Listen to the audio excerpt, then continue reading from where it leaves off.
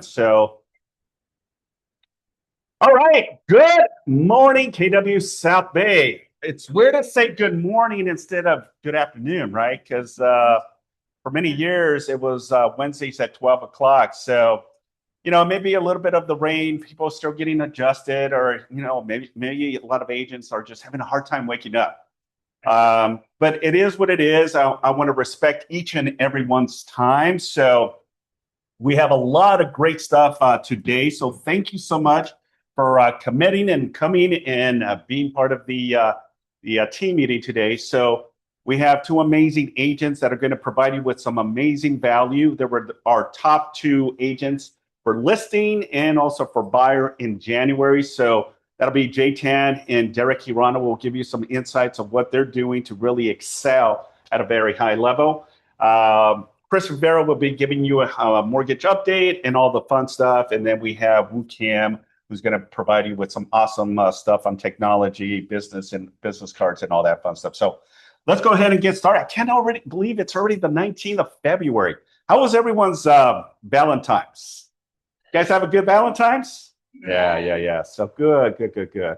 I was last week, I was on vacation. I had the privilege of going out to Maui, Hawaii. So I was super excited to do so. First time in a very long time have I gone out on vacation. So it felt a little bit weird to check out for a little bit, but it was out of my control. There was nothing I can do, especially in areas where no reception whatsoever.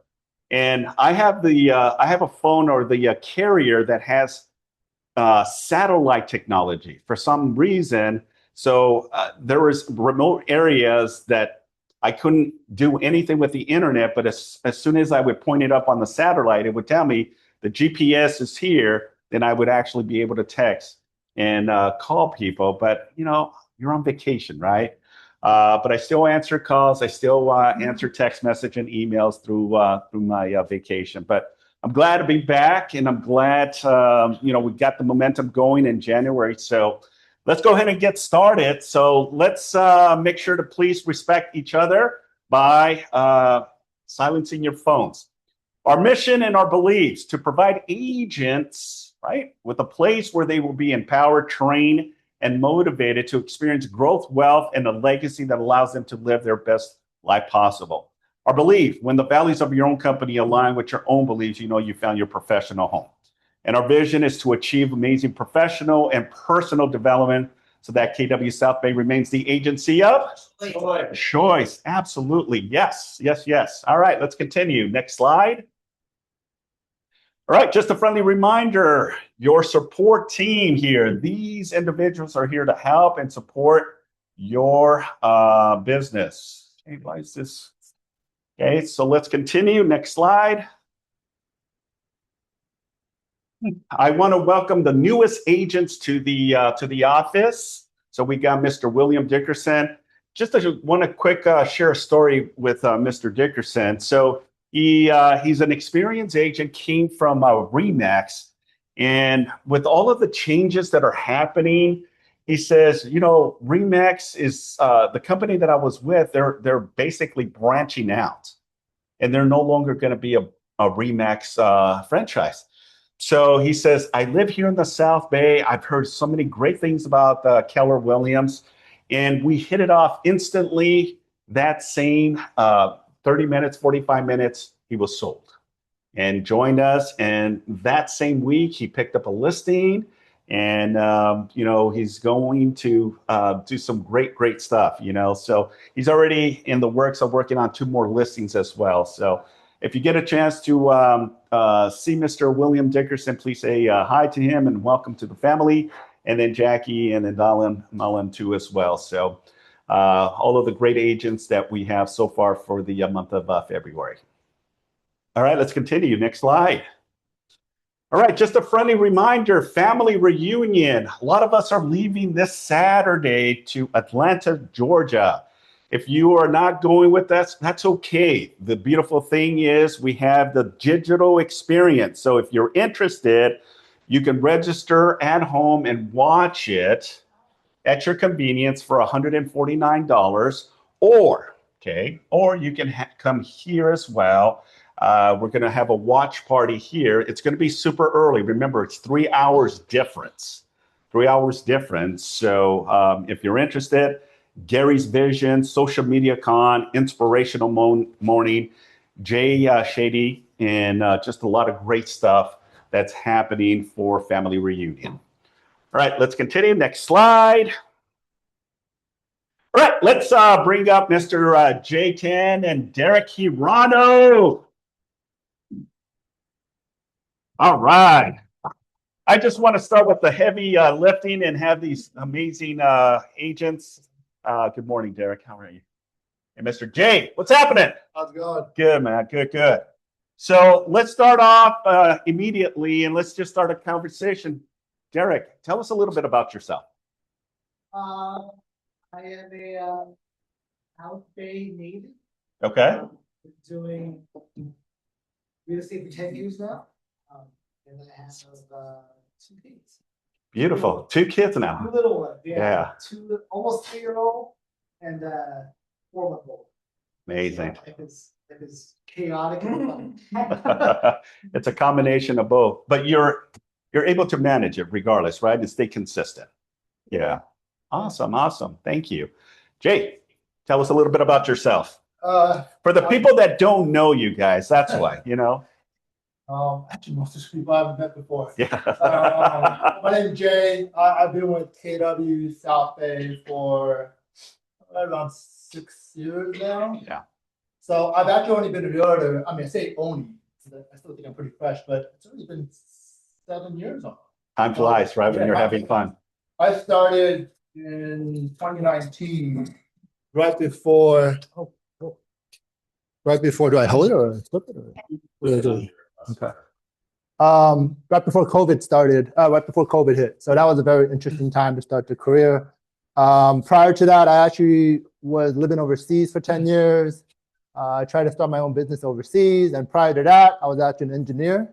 So my background is a little bit all pretty unique. At least I think it's unique in terms of being a realtor. But yeah, I also have 2 kids. I've told Derek that there is a light at the end of the tunnel. My kids are a little bit older. They're past the diaper age. They're 8 and 10. So yeah, I still got that. Yeah. You're still So many diapers. Yeah. Yeah. Well, I remember when you, Derek, then you had no children, and now look at you. You're Yeah. a proud father of 2. Yeah. You know, so that's awesome. Well, thank you so much for kind of sharing a little bit of your backstory. So I want to go right into it. You know, both of you were top listing and buyer agent for the month of January. So what can you provide for the agents that want to get traction and momentum in their business and really just scale, right? With all of the stuff that we hear, right? We hear about the rates, about the market, you know, what's your take on what you are doing on a consistent basis to really just showcase who you are and why you're seeing a lot of production? I'll open it up to any of you. After you. So a lot of my story and how I started was really just by doing a farm. So I'm a big believer in doing a farm. I'm a big believer in focusing. Like Simon said, there's a lot of stuff that we hear out there, and I almost feel it's too much stuff. And so my philosophy has always been just to keep it simple, right? Pick something that you're really good at, pick something that you want to do, pick something that you're passionate about, and just focus on that one thing, right? For me, it was door knocking and doing the farm, and that's how I got my business started. And so, as much as you want to educate yourself on what's happening out there, right? With rates, with what's happening in the market, you want to have all that so that when you come across your farm, you're able to share your stories and communicate all these messages. But to me, was having a farm gave me some, I guess, a foundation that I can go back to, right? With all that we have out there, you almost don't know what to do because there's so much to do. Right. And so a lot of for me was just, hey, I have my farm. I'm going to go door knock my 100 doors. And that's how, and do it. Right? All this thinking and all this stuff and all this mumbo jumbo, we forget the most important thing of what we need to do, just to do something, right? Just get out there and do it. So for me, it was having a farm, door knocking 100 doors a day, and that's how I got my business started. So let's kind of dive deep into that, Jay, because I think it's important for all of us to kind of understand, why did you choose farming? Why was that your like, I'm going to do this and I'm going to do this well? I kind of say that I kind of fell into it. Like I said, my background was, in engineering, and then I became an executive recruiter. I say I fell into it because I didn't know how to get into real estate when I started. So I was actually, I had a buddy that was in real estate. I said, hey, what do we do? Let's pick a farm. Let's go out there and start doing something. But over time, I realized like my personality and how I am, and this is why I moved away from engineering. I like contacting with people. I like working with people. I like building relationships with people. And so farming for me made sense because farming is building relationships. That's how I look at it, right? Farming is building a relationship with that neighbor that's down the street, not necessarily because you're going to get a listing on that one time you door knock, but it's because you're door knocking and farming over time and you're building that relationship with them. So that resonated for me very much, right? And for somebody else, might be maybe they don't want to knock on a door because it feels intrusive. Maybe they feel more comfortable behind the phone. It could be, cold calling or getting referrals. There's so many different ways, right? So, but for me, I found that through door knocking, I like working with people in person and building those relationships, and that resonated for me. To me, when I hear your story, Jay, I think of, and think about this for a quick minute. Who are the great, who would be great agents who farm on a regular basis? And take away real estate agents just for a minute. Who would you pinpoint as someone that you see on a regular basis? Mailman. The mailman, yeah. Yeah, think about it. They are consistently going each and every door, obviously delivering their mail. Think of it as marketing, right? But they know a lot of stuff because they're consistently there every single day, passing out the mail. They probably know more drama than the neighbors do, So it kind of builds that core, Jay, that, it's the connections, right? The connections to understand, hey, you know what? You just found out that someone just had a child, right? Or they graduated, right? And that's kind of a show and tell conversational piece. It's not just talking about real estate, but you're just kind of getting to know people. You'll be surprised about the type of stories I hear from the neighbors. And it's funny because every street will probably have that one neighbor that knows everything about that street. Yeah. And that person is kind of who you also want to build a relationship with because they'll share with things that you probably shouldn't even know about the neighborhood. But that's it, right? You're building relationships. And it's not just talking real estate. You're just getting to know people. They're getting to know you, right? And so once you have that relationship, if there's a need where we can come in and help, that's what we're there to do, right? And so love that. Right. Derek, tell us a little bit. So I kind of did the opposite. Like I tried everything when I started. Like the first year, like there's all, there's the 10 ways to get business, right? Or whatever you kind of read online. So I tried them all to see what I liked, what I didn't like, what was successful. So I cold called, I door knocked, I mailed, I did social media, all the things that they say you're supposed to do. And then I quickly learned what I was good at and what I was not. And I doubled down on the stuff that I was good at. So, I hate cold calling. I suck at it. The minute they're like, oh, I have to go. I'm like, okay, cool, bye. Like I'm hanging up. So I'm not good at it. But face to face, belly to belly, I am. So I try to find ways to get in front of the people that, I potentially would want to work to sell, work to buy, and I feel like I'm better face to face than I am on a voice on the phone. So my business now is a lot of referrals. I learned early on that the way I search for things is I Google and I research and I look for reviews. And so early on, I thought, that would also be a good avenue for me. So I have a strong online presence. And that's helped now generate reviews. And I also I've always been like a people and a relationship person. So I also always looked for people that would, I look for the people, kind of like Jay and his neighbors. I look for the people that would know people, right? So that's attorneys, that's financial planners, that's tax advisors. Like, so that's something that I've always tried to build relationships with, because those are the people that know the insider information that say, okay, hey, look, Mr. So-and-so, you may want to liquidate this part of your portfolio. Well, who they call, it'd be nice to be on their short list of people to call. And that's kind of how we built our business, through referrals, a little bit of social media, and consistency, being sure that, like, I mean, I care about commissions and everything like that, but, for me, the biggest guiding light of all the business has always been just, you work for this person. So whether they buy now or they buy 10 years from now, like, I don't really care when you buy. I just want, or when you sell, like, I just want to be the guy that helps you when you do. So that's always how I felt, even from day one. And so I've had clients that, we'd spent 3 years looking at houses and they never bought, right? But, then like 2 years down the road, they have a friend that needs to sell a house and they call me. So it's always been a relationship business, not a transactional business. And I always felt that if I do right by that client now, that eventually the profit will come at some point. And just believed in that. And that's allowed me to build like a referral-based business, which is nice.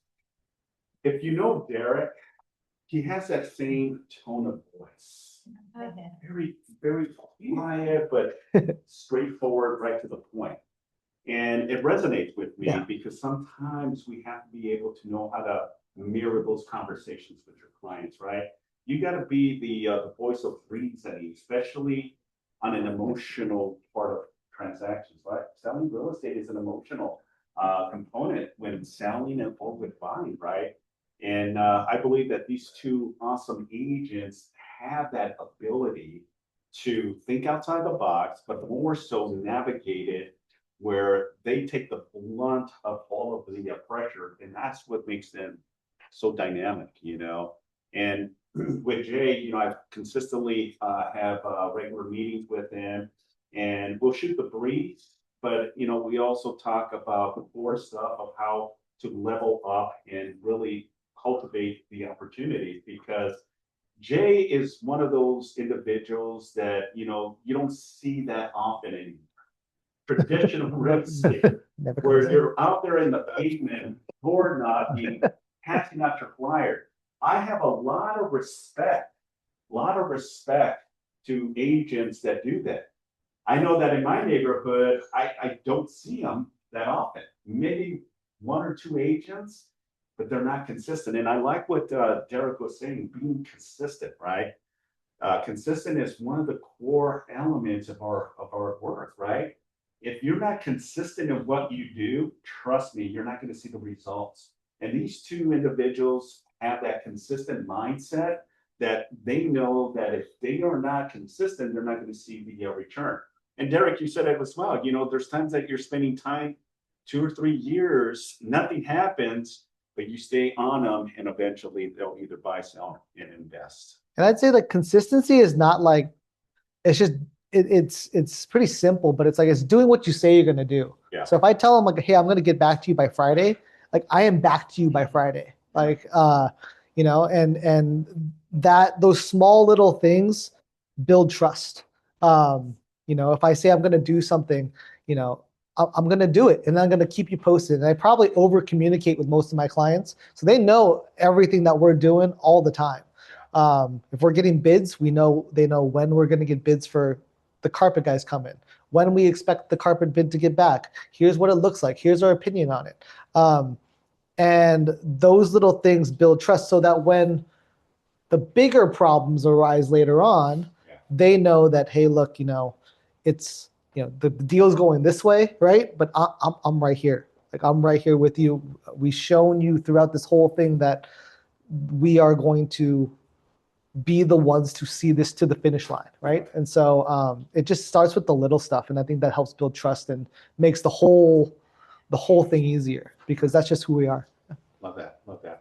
So, being that you both are fathers, family is very important to both of you. How do you juggle, your real estate business, being a father figure, holding on to the family and doing everything that you need to do to make business. So I'm just curious to kind of see, because all of us have our challenges, right? But both of you now have families, so tell us a little bit of what that looks like. So I learned something in my previous job, which was also, very sales oriented. It's just to day plan it, right? And just to day plan my days, and maybe not like before when I first started, it would be by the hour. Like, what am I doing from 9 to 10, 10 to 11, 11 to 12, and your time blocking, right? So, as you get more experience over time, I think you're able to have your day planned, but be flexible around what you have, what are the tasks that you have to achieve in a day. But I would say when you first start, try to be as consistently to your time blocking as possible. Because number one, about time blocking, my message was always, I used to lead a team before in my old job, and I would have my team time block. And I would say to them, try to time block it. First of all, you time block it the night before, right? Do it the day before, because so that when the day comes, you're already up and running. You're not at 9 o'clock trying to figure out what you're doing the rest of the day, so that by 10 o'clock, 10:30, your day only starts. Do it the day before. Also because it's fresher in your head the day before, right? When the day ends, all the stuff you had going on, you can remember, you write it down, you time block it. So first thing was I time block it, I do it the day before. Second thing is, if you're gonna time block it, do it.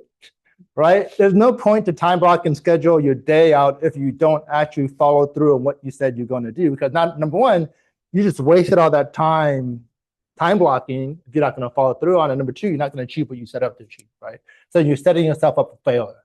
So set yourself up for success by having achievable goals and actually time blocking it out. I start out hour by hour to start, but now it's just more of a, I have my weeks and then I have my task daily. Time blocking for me was very big. Miguel on Zoom said, great point, Jay. Great point. Oh, okay. Great point. Okay. To you, Derek. So I've got a little like ADD in me. So it's Share with us. so but I do my schedule the night before. So like before I go to sleep, like I used to write it out, like, but I can't. I suck at time blocking because I'll time block it and then I'll get distracted by everything. It doesn't get done. But what I am good at is, hey, look, figuring out these are like the 5 things that I got to get done, and this is the priority order of what I got, what needs to happen first. So I used to write it out on a piece of paper, and then that would be my piece of paper for the day. So here's the 5 things I got to get done. Here's like, if I finish those, here's the other 5 things I want to get done after that. Now I use task management softwares. So to keep me track of like what's going on with the listings, what's going on with the buyers. But every night my team will tell you that they get notifications at like 9 o'clock and 10 o'clock, because that's when I'm doing all of my time, my week or my next day. So that way, when the mornings are super chaotic with little ones and trying to get ready, I'm not thinking about what I have to do today.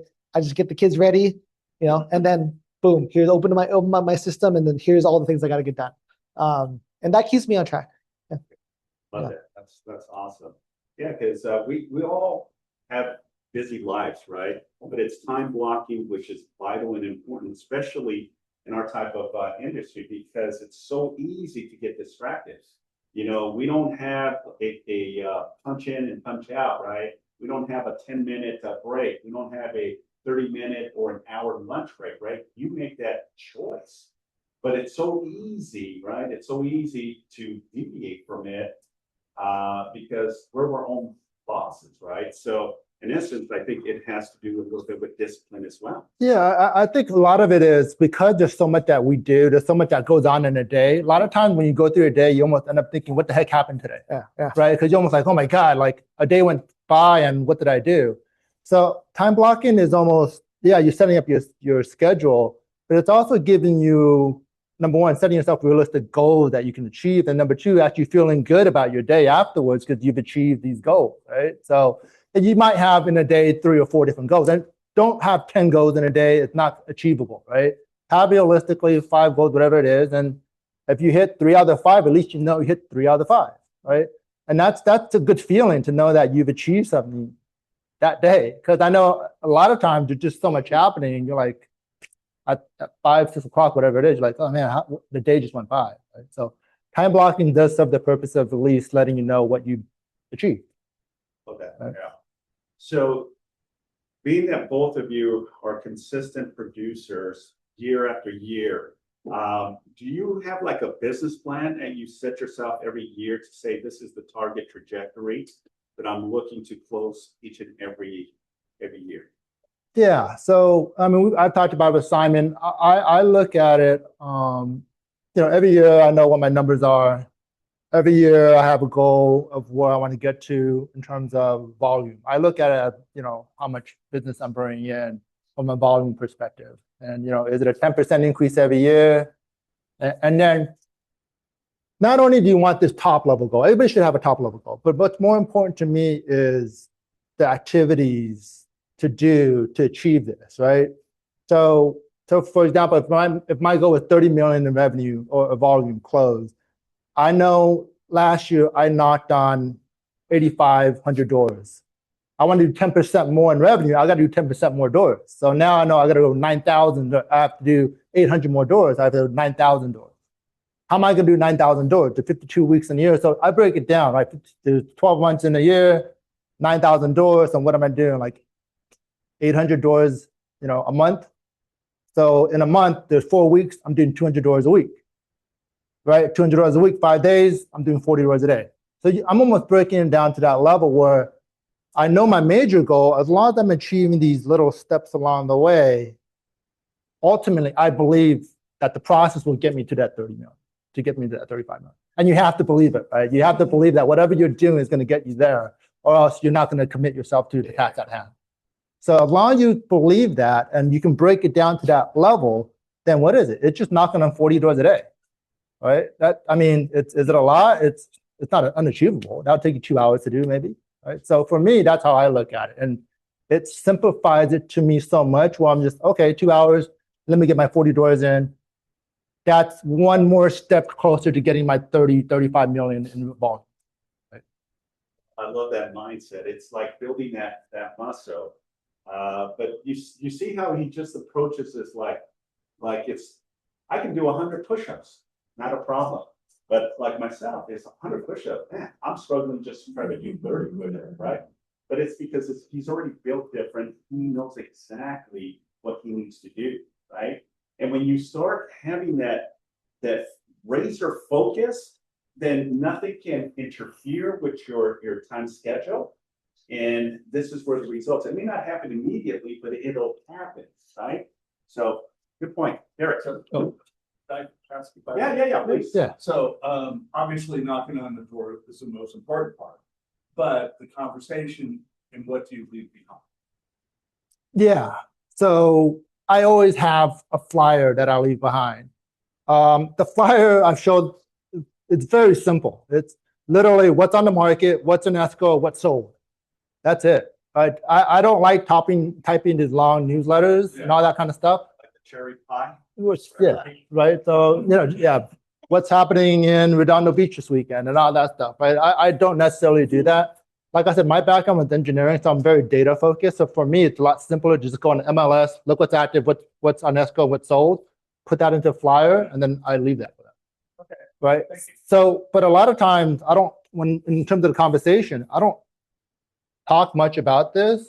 It's just more in general, what's happening, how you're doing, building, and it's again, building that relationship, right? So, but what I have found out is that once you build that relationship, whatever you have in that flyer holds so much more weight than when you didn't have that relationship. If you don't have that relationship, they get a flyer from you, what are they going to do to it? They see it, they crumple it, they throw it away. Once you have that relationship, they look at the flyer and they go, oh, what did Jay put on here now? So that's the added value and the weight in what that flyer is because of the relationship, not because of the content on the flyer. Right? So. That's awesome. Yeah. Derek?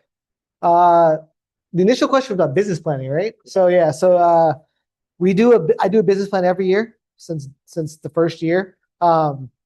It's been anywhere from like a 10-page thing to a 1-page thing. But usually what we'll do is end of the year, we look over everything that we've did, how many transactions, how much volume, and also where everything came from. So my business is a lot more spread out as far as sources of business. So what I look at is how much we got from X source, Y source, Z source, and then set goals based on what I want to increase for the next year. And then so if I want my Sphere business to go up 20%, or if I want the online leads to do 20%, then I break it down to what actionable steps am I going to take to then build that up. Whether it's investing more money into it, whether that's quicker / better follow-up for these sources that come through. If it's from a referral source, what actions am I going to take to build up my relationship with that referral source? Who am I going to hit up this month to get lunch, get dinner? What value can I bring to them?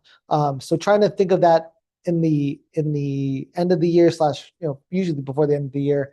That way 2026 happens and we have kind of a goal of here's how much business we want to achieve.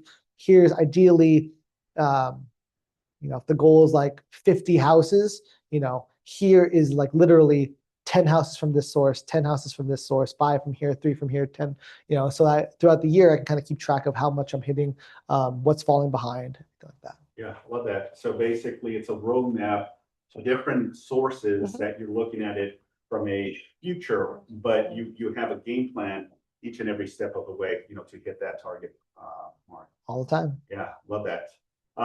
Final thoughts for both of you, and thank you again.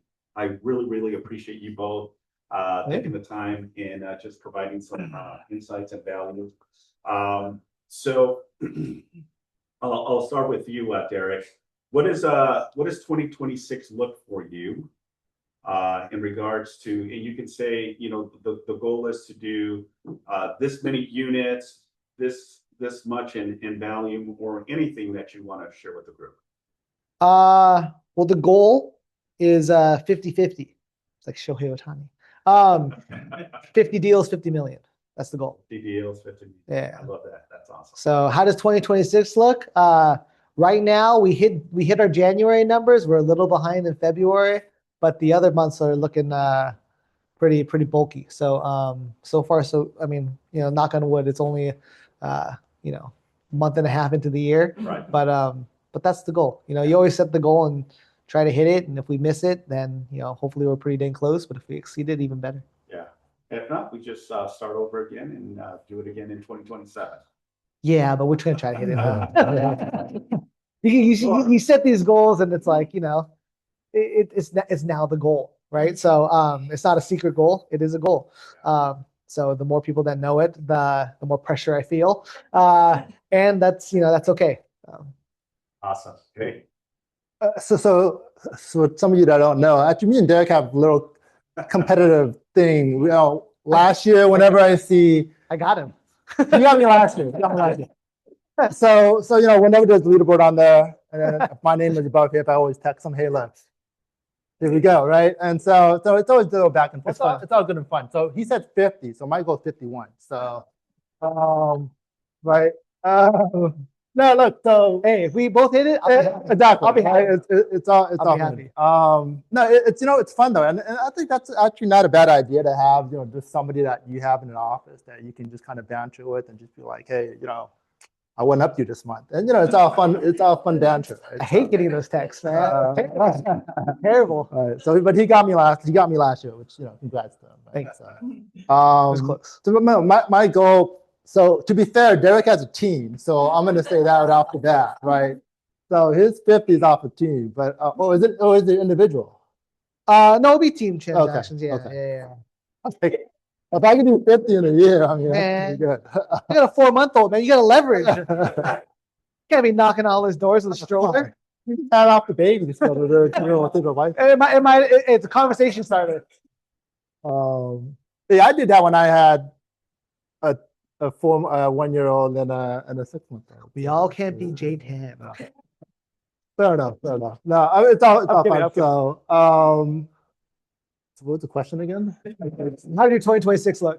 2026, it's good. Still a slow start to the year, I think, in general in the market, but everything's still, it looks like it's pipelining in well. Yeah.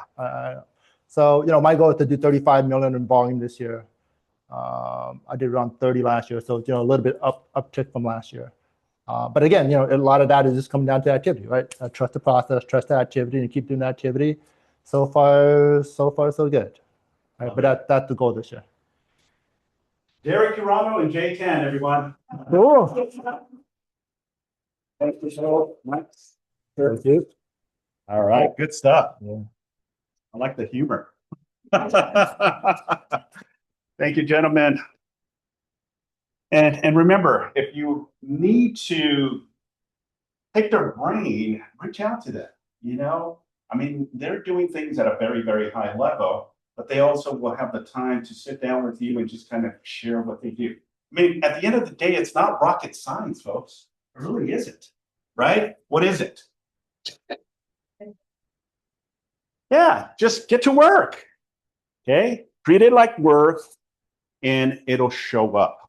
Okay, it may not happen immediately, but just kind of grind out there. So good information. So hopefully you got value of it. Yeah. All right, Matt, let's go ahead and continue. There we go. Presentation. So J10 and Derek Urano. Lifting pitches, buyers, needs, and wants. Anyone have anything coming up brewing? What? No one's working? I have a This house is in San Pedro. okay. It's a 4-bed, 2,800 square on a 10,000 foot lot. And got a 1.3. Wonderful. Awesome. And then I have a triplex coming up too. Just finishing up the renovation on that. The unit mix is a 3-bed, 2-bath in the front, 1,800 square feet. And then a 1-bed, 1-bath in the middle, and a 2-bed in the back. Selling that for 1.3. Wonderful. Where is that? Hawthorne? Hawthorne. Yeah. Hawthorne. Okay, cool. Anyone else? The front unit is vacant and which is a 3-2. Back is.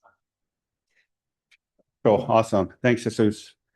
What's up, Brian? Got a new single family in RPV, 2-bedroom, 1-bath. It has an addition though. It made the primary very large, so it could possibly be turned into a 3-bedroom.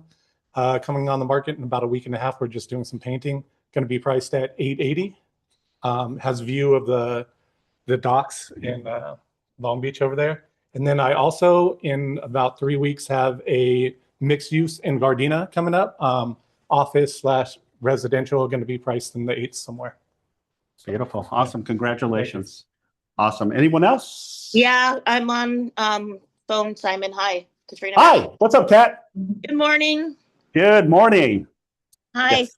Thank you. I have a 5,000 square foot lot in Los Angeles that's coming up. It's about 2 or 3 blocks from a major opportunity zone. It's 90011. What's interesting about it, it's a single family residence in the front that has been redone. And that's about 1,100 square feet. It's a 3-bedroom, 1-bath that's been completely remodeled and the inside. And then in the back, there is I think we measured a 1,400 square feet structure that is 2 stories. This is in historic Los Angeles, and there is a historic home right across the street. So there's 2 homes on a lot. The back one, we can't really call it a home because it's really a tear down, but it's huge. And I'm putting it on the market, I want to say tomorrow. So I know that UCLA and USC has been trying to buy this property from the family for years. So it must be something that investors are looking for. So if you guys have any investors in your pocket that are looking, this one's going to be one that's going to be a hot property to go. I'll post it in the WhatsApp tomorrow. And yeah, if you have any questions, please reach out. Again, Katrina Matthews. Awesome. Thank you, Katrina. Thank you. Okay. And then Nina. So one more. I know that a lot of you guys work with investors. So if you have any investors interested, there's a 2-bedroom condo in Playa del Rey that we've listed for $650.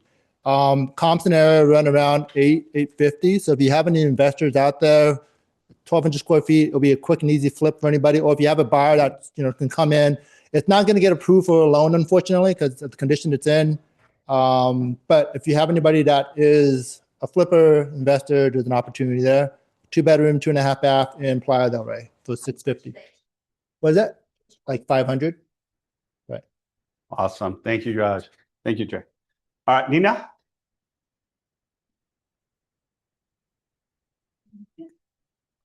Okay, so we have an off-market opportunity. It's at 1.125 at 9833 North Palm Street in Bellflower. It's a 3-bedroom, 3-bath, 1,600 square feet on the inside and 9,700 lot. The zoning is R3.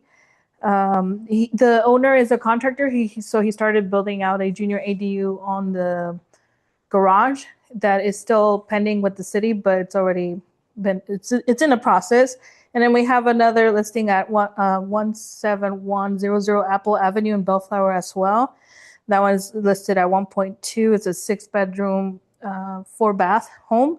And then I have 2 buyer needs. I have a buyer that's looking up to $2 million for investment property on the west side, or 90066 multi-units, any duplexes or over that.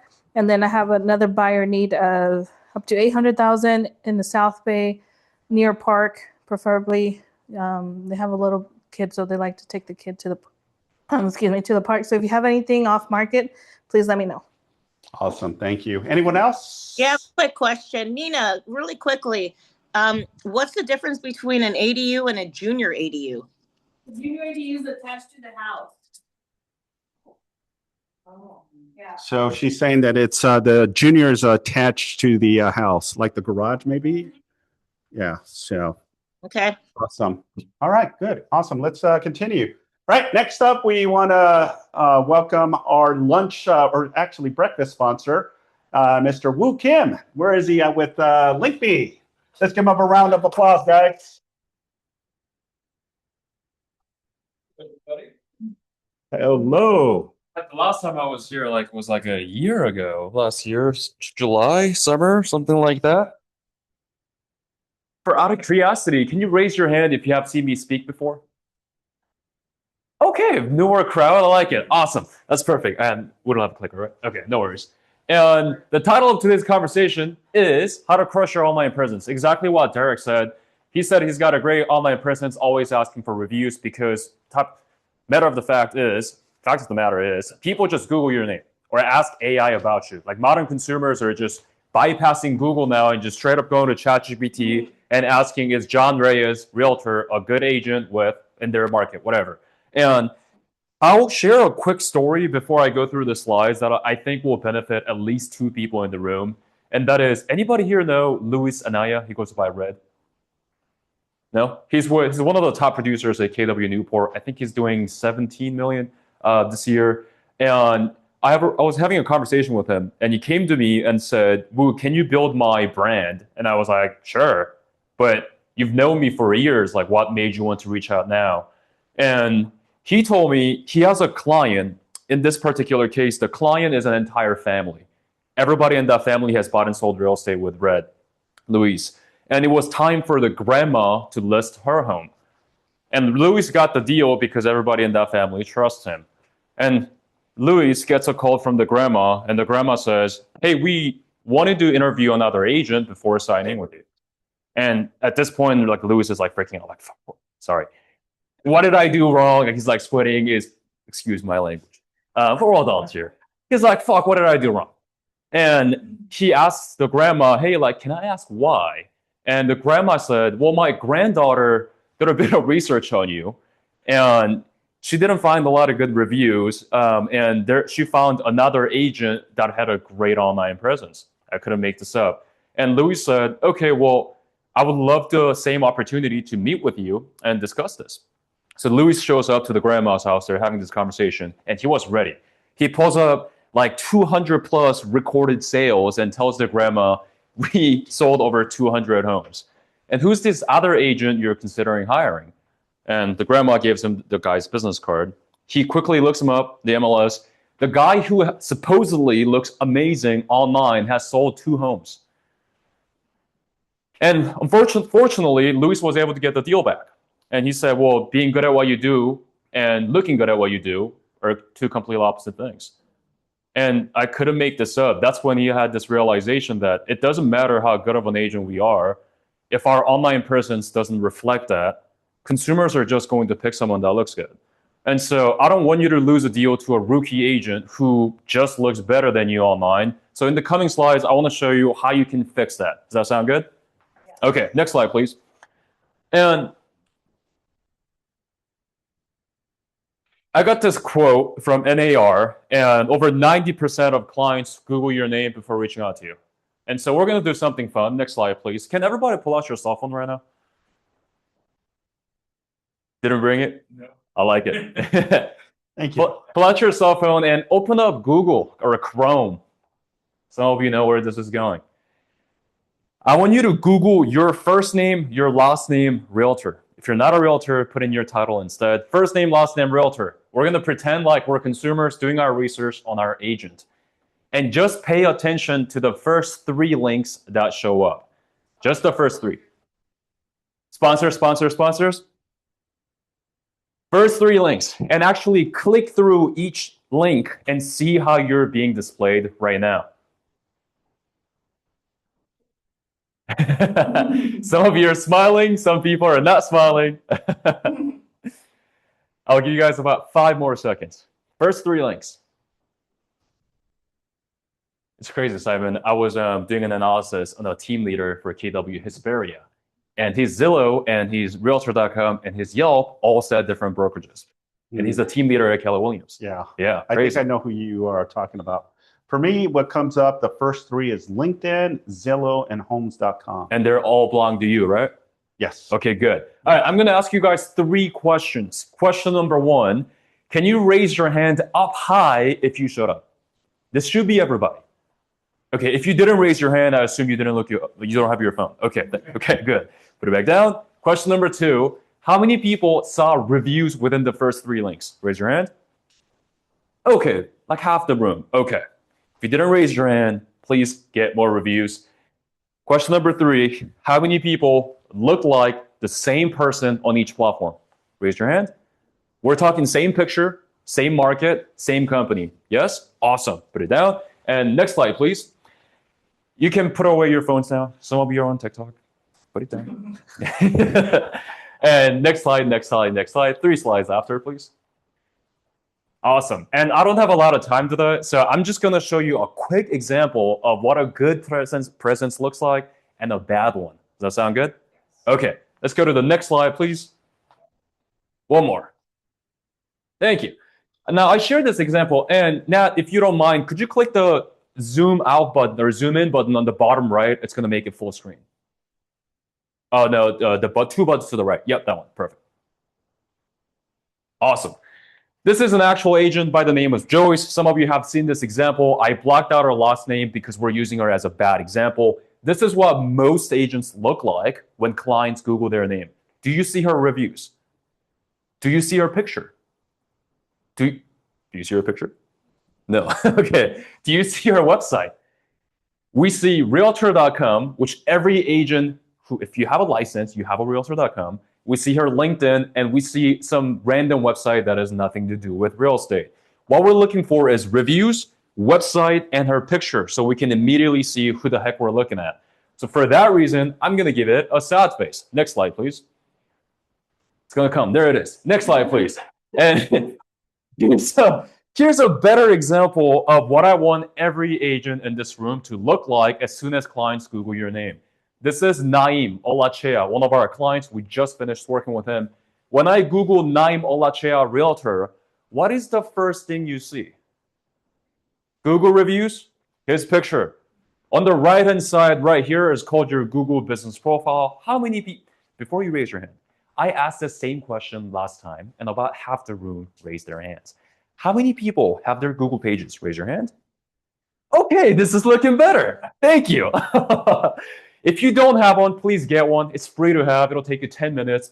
Super important. We immediately put a face next to our name. So after an open house, we have a fantastic conversation. They get back into their car, quickly Googles your name to make sure you're legit. They need to see a picture of us to confirm that we're looking at the right person. His picture, his market, his contact info, his website, and he has 88 5-star reviews on Google. He's got 13 5 stars on Realtor.com, 25 on Zillow, 4 on Yelp. So in 5 seconds, does this guy look legit? Yes, because he has a lot of freaking stars. and we see his own website under naimolachea.com. Next slide, please. And we're going to take a quick look at their website. Next slide, please. This is Joyce's website, and she doesn't have one. Next slide, please. This is Naim's website, and he shows us a video of a listing that he sold. Next slide, please. And he shows us his stats. 100 plus families served. 150 plus 5-star reviews. Price range and total sales volume. His stats. Next slide, please. And then he shows us a little bit about who he is. Very personable video of him taking care of his horse. Next slide, please. And if I click sell a home, notice how he literally shows you what it looks like listing your home with him. He shows you what type of marketing he does for your listing. In the city of Hesperia. The home shows pride of ownership and it's well maintained. And this is the type of stuff that our prospects and clients would need to see, give me a proof as to what you will do. And if you go to the next slide, please. That's on the seller side. Yeah, next slide. And so, Simon, let me ask you this. You're not a broker, you're not a team leader, you're not in real estate. You're a seller. You're looking to list your home right now. You don't know any agents. You get 2 agents referred to you from your friends and family. The first agent you Google looks like this, Joyce. Next slide, please. And the second agent you Google looks like this. Here's a really tough question. I want you to really think about it. I'll give you like a couple seconds. Which agent would you probably give a call first? Well, let me close my eyes. And probably the one on the right. Probably the one on the right. So did I just make it real why your online presence is so important? What's crazy, guys, is this agent actually has done a lot of sales.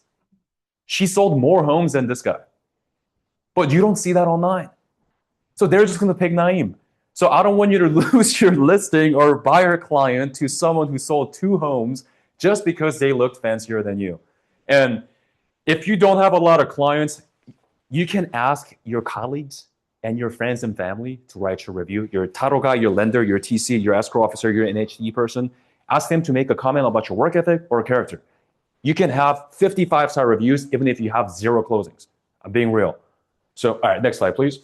And I'm going to show you just quick, fast, rapid fire before and afters. In 5 seconds, a consumer decides if you're legit. You guys tell me if this person looks legit, yes or no, okay? Ready? Next slide, please. Next slide. And one more, next slide. This person, does she look legit, yes or no? Yes? Okay, for those of you that said yes, this is a prime example of what happens when a wrong person shows up first. This isn't our Tina. I Googled Tina Wang. Our Tina Wang is with the best brokerage in the world, Keller Williams. What's the Tina you see here? This Tina is with Compass. Wrong Tina from a different brokerage, right? And so you said she looks legit, so they're calling her, but then our Tina that came to me is actually with Keller Williams. Referrals, we're calling a different Tina. Tough way to grow your business. So we fix that. Next slide, please. So she looks like this now. We made sure she shows up first. Next slide, please. Tell me, does this person look legit, yes or no? That's correct. Yeah. This is Maria, director with CAR, also a producing agent herself. She wanted to get into the luxury market. Does she look like a premium, high-end luxury real estate agent? No, her headshot sucks. And her website sucks. It's like a generic template website. And so, next slide, please. We made her look like this. Same agent, same license, same experience. Does this version of Maria look way better? Yes. Next slide, please. This guy, top 1.5% of realtors nationwide. Does what he has going on let you know that he's top 1.5%? No, probably not. This is every agent from this office has this exact same website, just with a different picture. So next slide, please. We made him look like this. This video was taken at his Malibu listing. It was a $6 million listing. And the first thing people need to see when they go to your site is you. They clicked on your site because they wanted to work with you and learn more about you. And so I highly recommend that to be a video of you at a listing, opening doors, walking them through the listing, on a phone call, on a laptop, shaking hands, something like that. Next slide, please. Awesome. One more. This is Kaylee, an agent in Newport. Does she look legit? Thank you. Yeah, next slide, please. She was relying heavily on her brokerage branding, which I have nothing against with that. If you're new, that's totally fine. Use your brokerage branding first. But as you get seasoned into real estate, establish your personal branding. All right, so yeah, that's an example. Next slide, please. Let's wrap it up now. And can anybody answer this question for me? How many people do you think will Google your name in the next 30 days? I'll give you the industry average, but give me the wild guess. Yes. 4. Okay. Industry average is 7. How do I know this? It's called Google Alerts. This one is worth writing down. If you set up Google Alerts under your name, whenever somebody Googles your name, realtor, Google will notify you that you just got looked up. Industry average is 7. Let's just say 3 out of the 7 people that Googled you were sellers. And they picked another agent because they couldn't find you like Tina, or you didn't look established like Maria. What does that lose you in South Bay? What's the average commission here? Anywhere from 18 to 22,000. That is a lot of money. And I don't want you to lose that listing. So I don't have anything to sell you today, but I do have a free gift for you. So let's go there. Next slide, please. In case you didn't know, what my team and I do is we are real estate brand builders. We people call us online presence guys. We're a team of 11, all working hard to make sure you look legit when people Google you or ask AI about you. So we build your brand across your Google presence, your site, your branding, and your social in 28 days. So that's what we do. Next slide, please. One more next slide, please. So what I'm offering to you guys today is this: one-on-one brand analysis. Some of you have gotten this before. On this call, when you show up, I'm going to rip you apart online across Google, website, socials, branding. Show you what a client is saying when they research your name, what needs to be fixed, what needs to go, what needs to stay. And I'll show you what a top agent branding looks like in your market. And I'll show you what needs to be fixed on this call. I'm going to be reserving this call for people that need the most help. So not everybody can get this, but don't worry. Everybody who, next slide, please, scan this QR code. Next slide, please. If you scan this QR code, you're going to go to a place like this. If it lets you, you can book a brand analysis call. It's 100% free. On that call, I show you exactly what you need to fix. For whatever reason, it doesn't let you book a call. You're going to get 3 bonuses, free bonuses. You're going to get a video training of what I do to help agents fix their online presence, a PDF of how to use AI to fix your online presence, and how to make your Google business profile, where I literally walk you through step-by-step how. So either you spend your time, if you go to one next slide, you might have to click restart and just, perfect, thank you. So 2 outcomes. You either fix it yourself with your time, or we fix it for a fee. And so either way, you're going to know exactly what to fix. So that is my offer to you guys. Again, I hope that was useful. Thanks for having me. Awesome. Let's make this work great. Awesome. Thank you. Everyone, Woo Kim. If you have any questions, he's going to stick around for a little bit, okay? Because we got to continue with the team meeting. Yep, that's Thank it. you. Thanks, guys. Appreciate it. Thank you. Thank you, sir. Thanks, sir. All right, let's get Chris Rivera up here with Harbor Financial.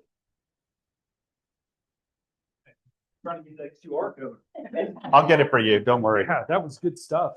The entire meeting's been good stuff with Jay and Derek as well. I'll make it quick because I know this is supposed to end 2 minutes ago.